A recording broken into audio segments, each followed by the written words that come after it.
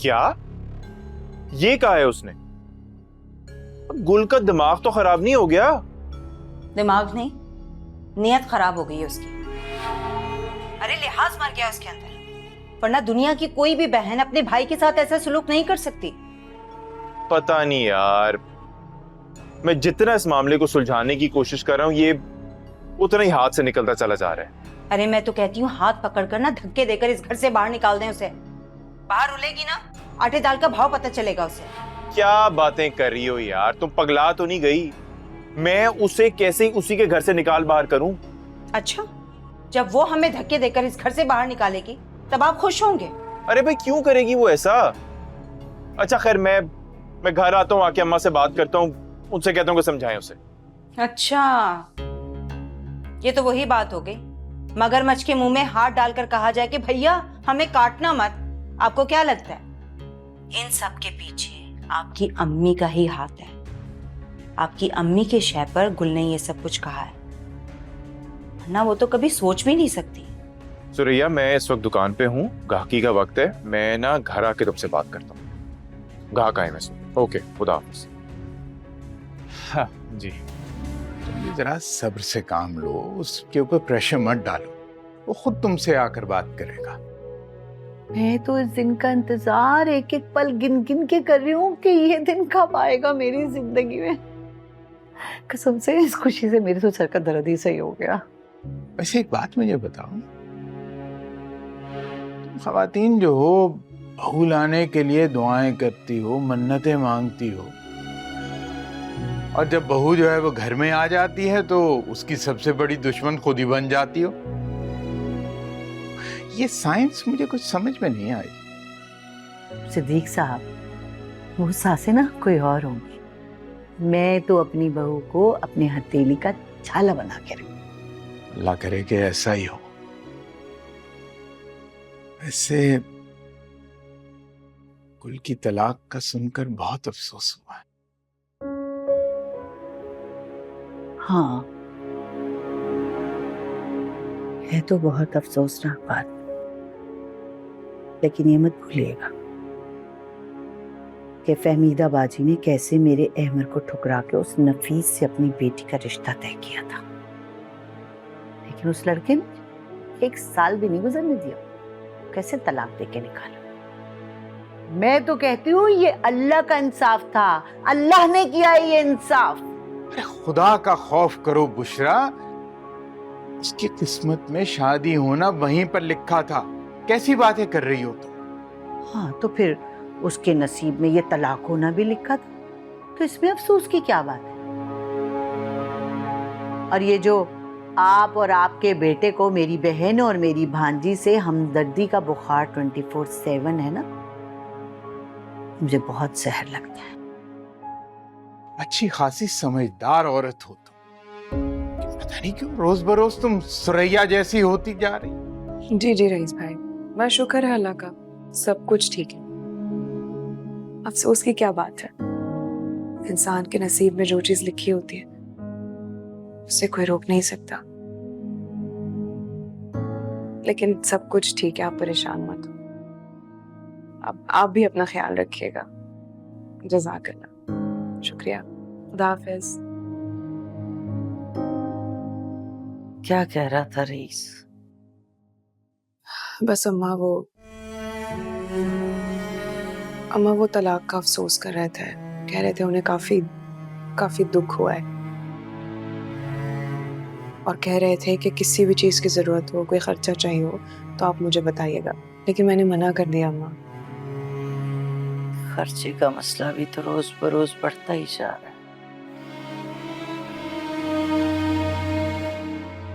खैर, अल्लाह मालिक।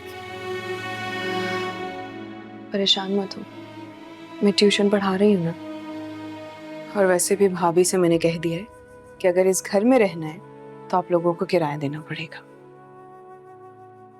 सुन लिया आपने? क्या गदर मचाया आपकी बेटी ने इस घर में? इस सब की नौबत भी तो तुम ही लाए हो नोमी। कोई कहाँ तक बर्दाश्त करेगा आखिर? शर्म आनी चाहिए तुम्हें। जिस भाई ने तुम्हारे स्कूल कॉलेज की फीसें भरी, तुम्हारी शादी में इतना खर्चा किया, तुम्हारे सारे ऐशो आराम पूरे किए, उस भाई से तुम अपने घर में रहने का किराया मांग रही हो। भाभी मैं माजरत चाहती हूँ, लेकिन मेरी फीस मेरे बाप ने दी है, क्योंकि मेरे भाई को तो इतनी भी तौफीक नहीं हुई कि मेरी शादी पे एक दहला भी खर्च करते। सारा खर्चा आप लोगों ने नफीस से लिया। कितनी कीमत वसूल की है मेरे नाम पे आप लोगों ने?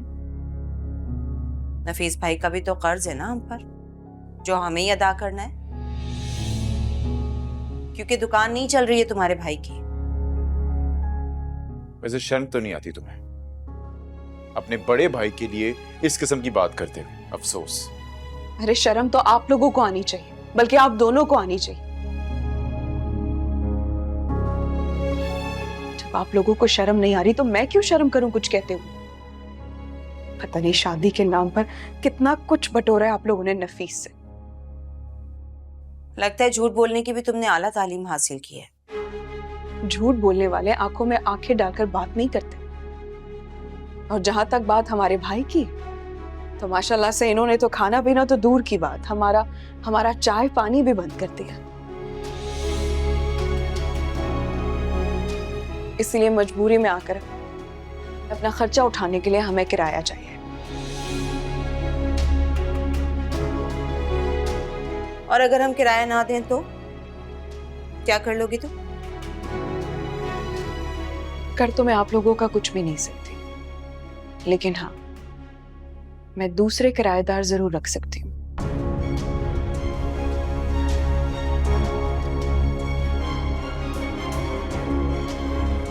ताकि वो हमें टाइम पर किराया दे, जिससे हम अपनी जरूरियात पूरी कर सकें।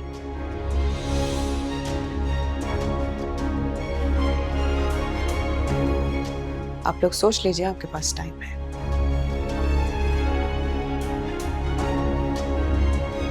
यानी ये वक्त है तुम लोगों के घर आने का? इतना ज्यादा तो टाइम नहीं हुआ, अब 11 ही बजे हैं। अरे तुम्हें पता नहीं है, मैं 11 बजे तो सो जाती हूँ। तो सो जाती है ना खाला, नफीस को कौन सी लोरियां सुनानी होती हैं जिसके लिए आप जाग रही होती हैं हर वक्त?